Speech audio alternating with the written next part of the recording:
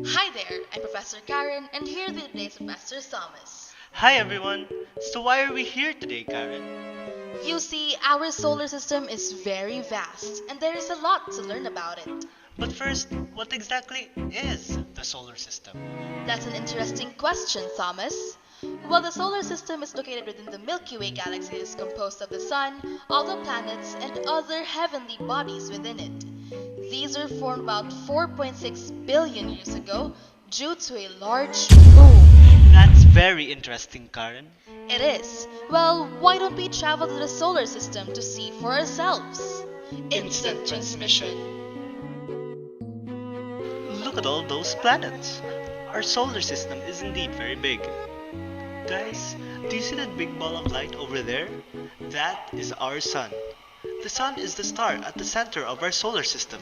It provides us light and heat that we use for our everyday activities. They say it is almost a perfect sphere. The sun is also known as the yellow dwarf, even if it's about 110 times bigger than our own planet. Can you guess how hot it is? Time's up! If you have guessed something near 5000 degrees Celsius, then you're absolutely correct. Thomas, I think it's getting a little hot in here. Why don't we head to Mercury next? Sure, Karen, let's go! Mercury is the smallest planet in our solar system. It is composed of mainly heavy metals, rocks, and surprisingly, it has a molten core which causes the surface of the planet to wrinkle. These wrinkles are called lobate scarps. Now, all the planets in our solar system orbit around the Sun. This particular planet only takes 88 days to completely orbit the Sun. Moreover, this planet has no moons or rings. And did you know your weight here in Mercury would only be less than half of your weight on Earth? Karen, look over there! I think I see Venus. Come on, let's go and take a closer look.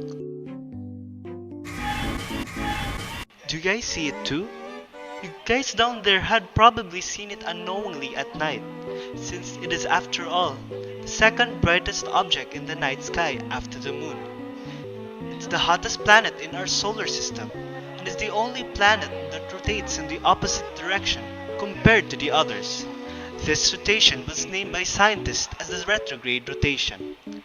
Well, enough with that, now let's move on to the next planet. I see a big ball of blue, green, and white. What do I see? You're right. I see the planet where we live in, Earth. It is the only planet with the right temperature that allows access to liquid water. So far, it is also the only planet that is known to support life. This planet has only one moon and takes 365.24 days to orbit around the Sun. However, way before you were born, people actually thought that planet Earth was the center of the universe. Karen, I see a red planet over there. Do you think it's Mars? Let's take a closer look. Mars is the fourth planet from the Sun, and it has an atmosphere mostly made up of carbon dioxide. It has two moons, Phobos and Deimos. Olympus Mons, the tallest mountain in the solar system, is located here. I think it is scary to go here, since it has extreme seasons and the largest sandstorms. The presence of iron oxide in its soil is what makes the planet red. Hey, did you feel that? I think we're experiencing a turbulence, which means we must be passing the asteroid belt, which means we must be nearing Jupiter, one of the gas giants in our solar system. These are planets which are mainly composed of gases. That's so cool. Let's go see one. Yes, Oh, that's Jupiter.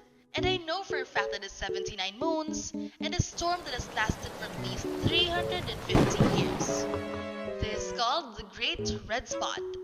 This is also the first planet that we have encountered in this trip to have rings. speaking of rings, Saturn has tons, which are made up of ice and small amounts of dust. It is composed of gases such as hydrogen, helium, and methane, and it has 62 moons. Really? Wow. Oh, but look, Thomas. What are the names of those two big blue planets over there? Well, Karen, those planets are called Neptune and Uranus. Both planets are composed of the same parts of hydrogen and helium. Both planets also have the same surface temperatures of negative 200 degrees Celsius. Wow, that's cold. Brr. Also, Uranus' axis of spin is tilted by 98 degrees, making its poles horizontally aligned. Neptune is the smaller of the ice giants, but it has more mass than Uranus. Oh. That was an interesting trip we just had. We sure learned a lot about the solar system. Right, Thomas? That's right, the solar system sure is vast. Well, it's time to say goodbye to you guys. We hope you understood better how the solar system works. Goodbye! Goodbye!